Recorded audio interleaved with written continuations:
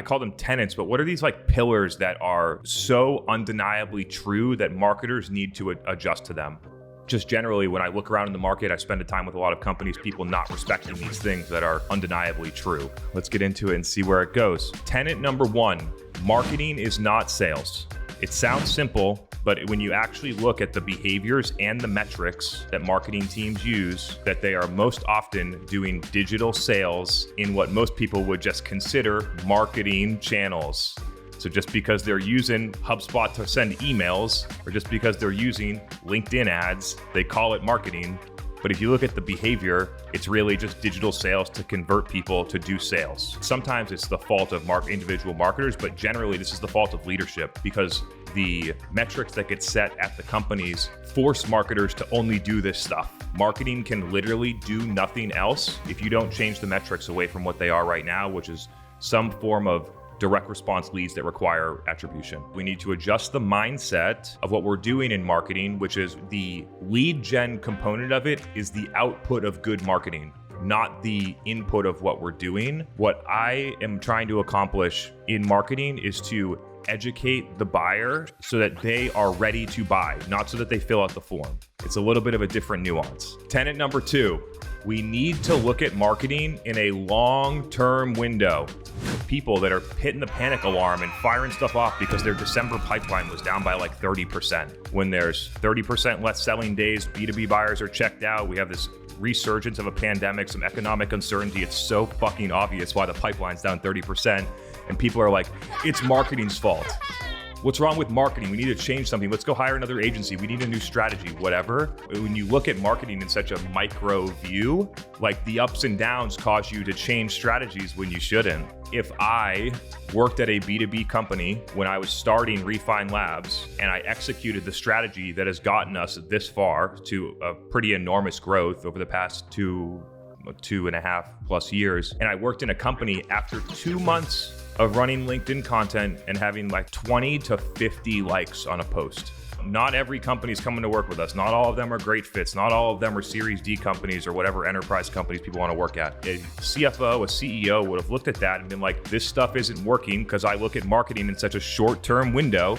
So we're going to kill this program and let's go run some lead gen. And in fact, when I worked at a B2B company, that did happen to me. I got fired for doing the exact same thing that I did to build my company for that company because they look at marketing in such a short-term window. Technically, I resigned, but I pretty much got fired because they would have killed the program and then they would have said, okay, let's go back and let's run lead gen and we'll run outbound sales, which is the go-to-market strategy that most companies gravitate back towards. They basically regress back to old tactics that appease activity metrics and vanity metrics. And so if that happened, then none of the stuff at Refine Labs could have ever happened.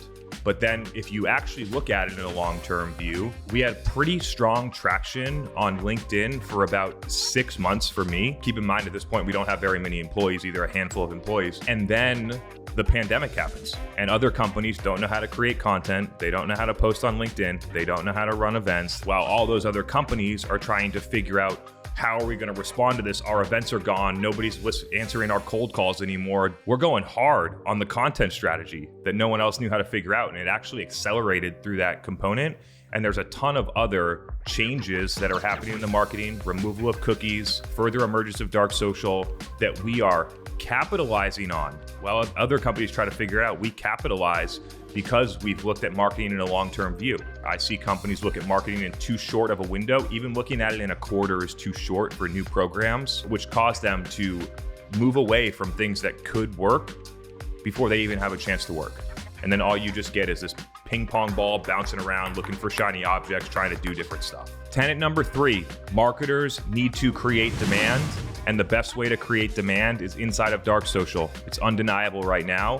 When we think about it, and I'm going to break it down for people just for a recap, most companies focus on capturing demand, waiting in intent channels that are already solution aware and are looking to buy something. That's where they sit because that's where all the intent is. It's definitely the easiest to measure.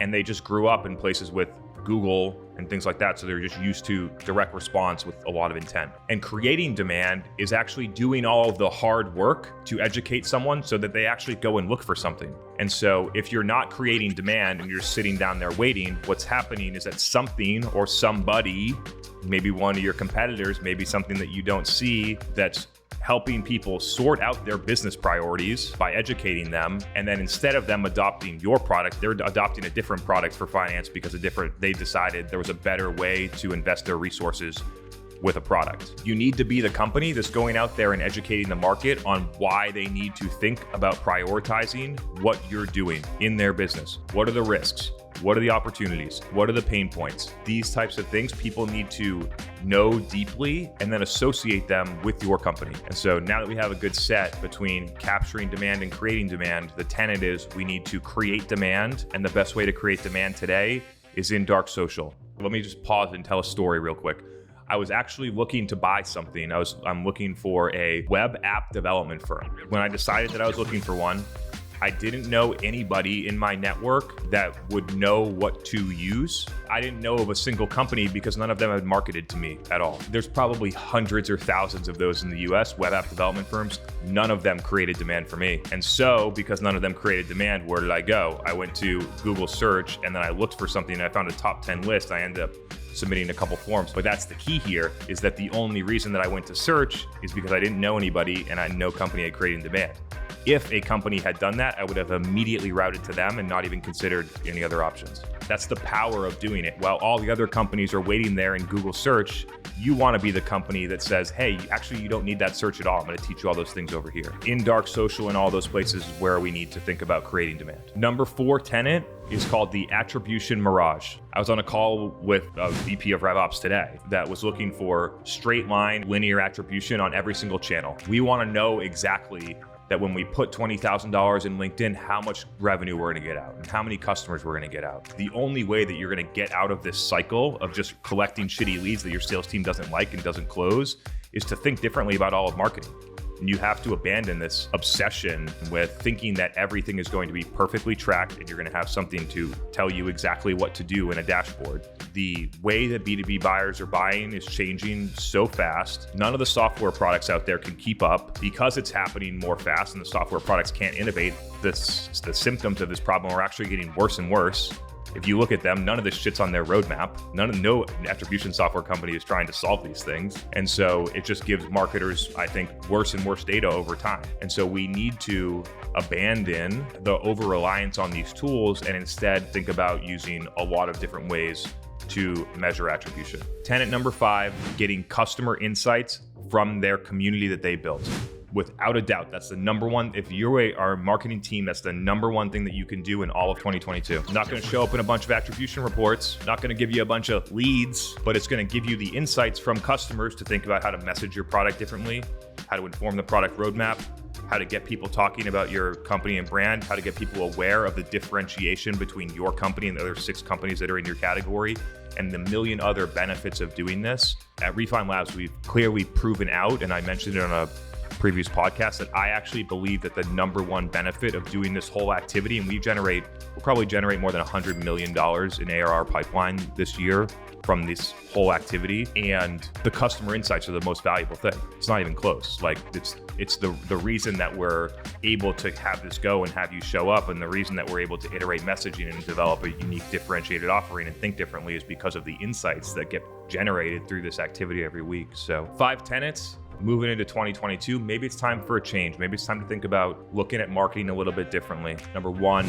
marketing is not sales. Number 2, we need to look at marketing in a long-term view over quarters of time, not weeks of time. Number 3, the number one thing that marketing teams need to do is create demand, and the best way to create demand is in dark social. Number 4 is we need to respect the attribution mirage. Attribution software is giving marketers a ton of bad data and informing bad strategies. It's not the attribution software's fault. It's how the attribution software is being used and how over-reliant people are in using those decisions. The software is fine. Number 5 is generate a revolving cycle of customer insights through a community that they build. And there we go.